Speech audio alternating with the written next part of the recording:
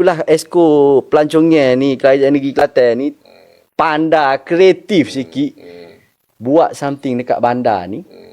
Maka mudah benar nak tarik apa-apa dia. Dan jangan kita ambil kira pelancong tak ramai mari Kelantan. Sebab saya secara kita airport Kota Kelantan ni, airport Kota Baru ni dekat dengan Kota Baru. Betul. Dan kita tahu berapa banyak flight sehari mari Kota Baru daripada Kuala Lumpur. Betul.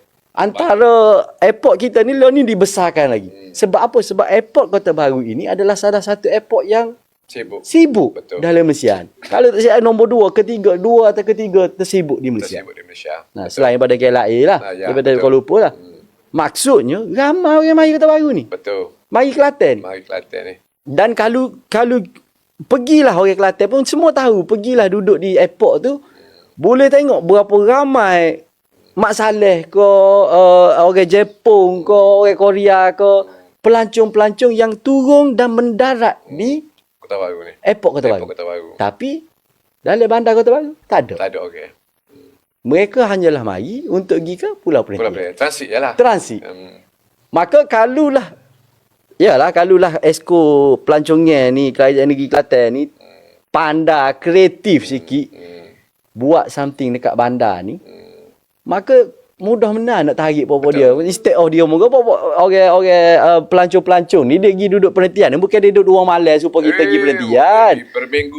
Kadang-kadang ada pergi duduk sebulan. Betul. Jadi kalau dia tahu ada tarikan budaya terutamanya, benda yang dia tak boleh dapat di negara mereka.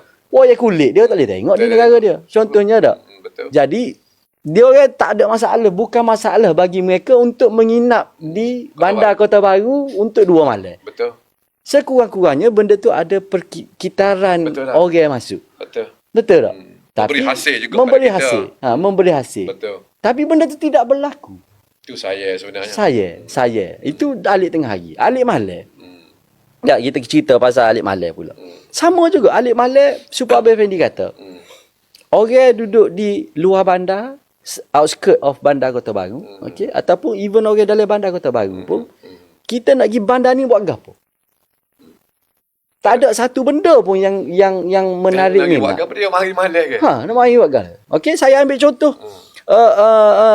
Sebelum ni kita dah nampak hidup sebentar dekat Tamija bila ada buat food court lah, berapa semua dah. Ada food court situ. Dah. Betul. Okey, hidup sebentar.